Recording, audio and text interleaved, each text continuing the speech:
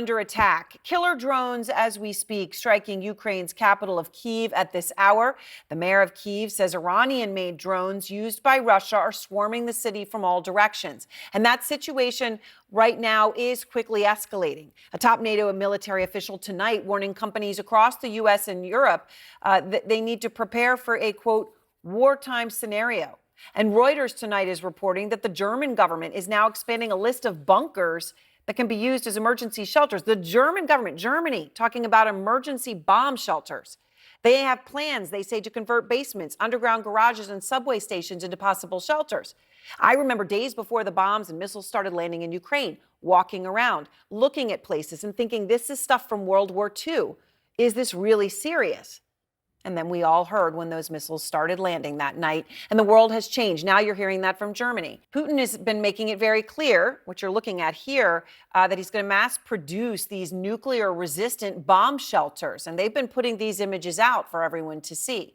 In fact, Moscow is now producing 4 times as many weapons as the European Union. That's according to the German defense minister. It's not a Russian propaganda estimate. It's the German defense minister. 4 times more for Russia versus the EU in entirety.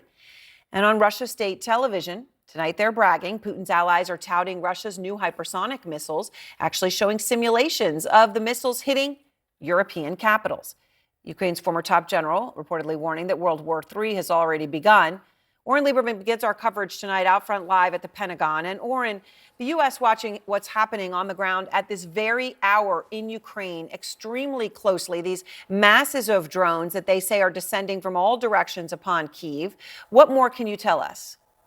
Erin, the Pentagon tracks very closely what types of weapons Russia fires and the quantities of those. And those have been very great indeed. It's not just a drone attack on Kyiv and other places tonight. We saw a very similar large-scale drone attack last night with the devastating Iranian Shahed drones. Ukraine said yesterday they intercepted 50 out of 73.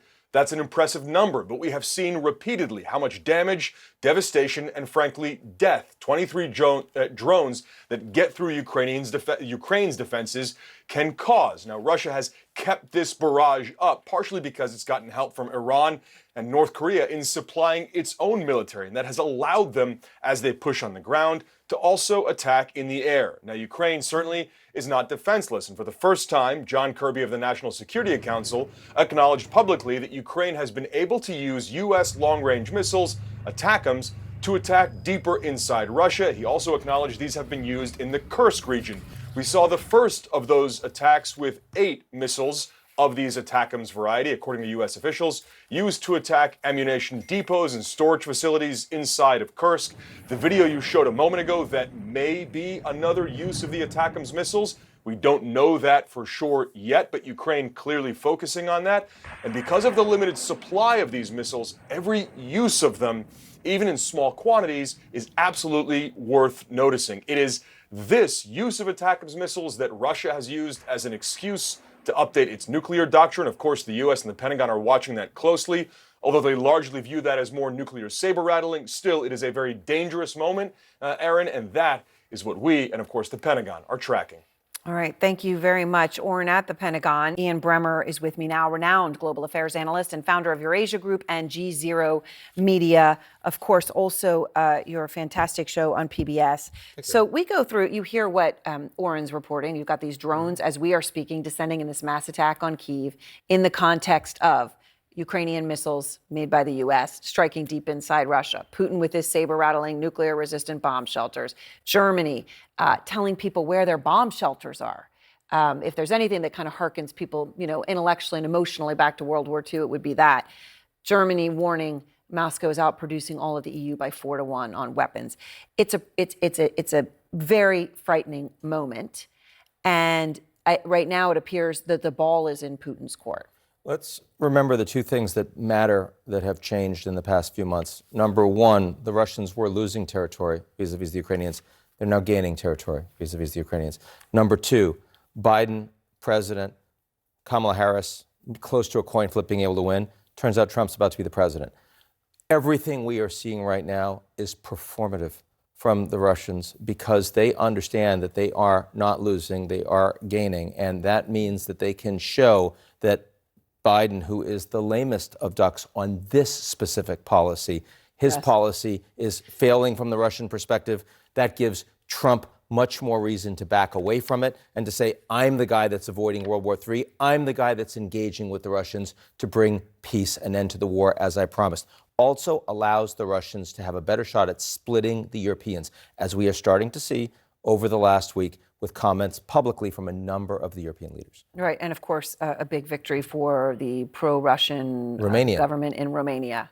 In the first which, of course, round. right on the border of Ukraine. But we'll probably win in 2 weeks' time in the second round. It was a big surprise. The Russians clearly providing support, at least from an algorithmic and ideological perspective. Don't know about how free or fair those elections were, but do know that this is another important EU state that, assuming he wins, you're going to have a significant call to end this war, to stop support from Ukraine, from yet another European Union and NATO member. So when you hear, Fred Pleitgen talking to people on the streets of Moscow, they think highly of Elon Musk.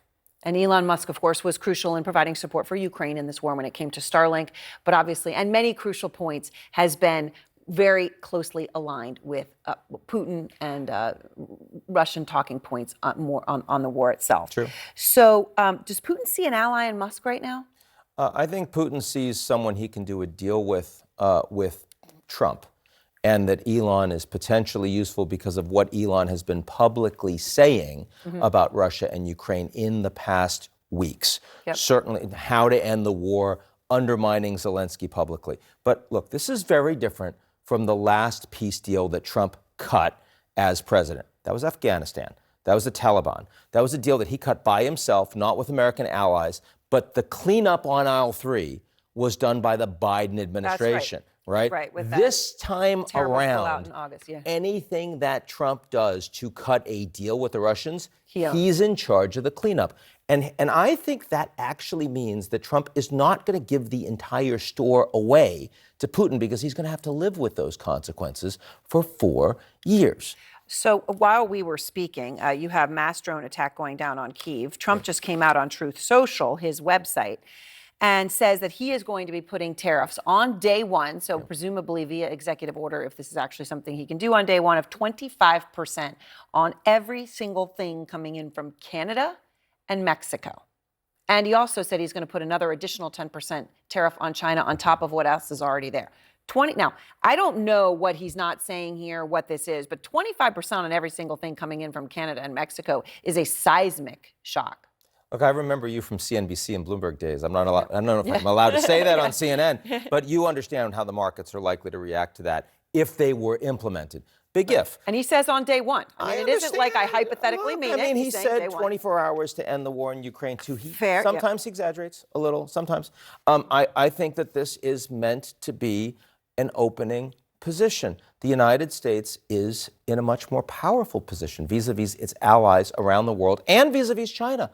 China's economy right now is in the worst shape it's been since the 90s, maybe the 70s. I was just there a few weeks ago. They're deeply concerned about what an increase in tariffs from the United States would mean for their economy this time around. You're going to see offers from these countries. Why wouldn't Trump, in the weeks before he's president, throw that out? When they have an opportunity before he's president to say, no, please, here's what we'll do for you. I think he's smoking them out a little bit early on. There's no reason for him not to do it. Well, certainly that's what the markets will hope, because a 25% tariff from Canada and Mexico of every single thing coming in obviously would be It would hurt them. calamitous. It would hurt be them. calamitous. All right. Thank you very much, Ian Bremmer.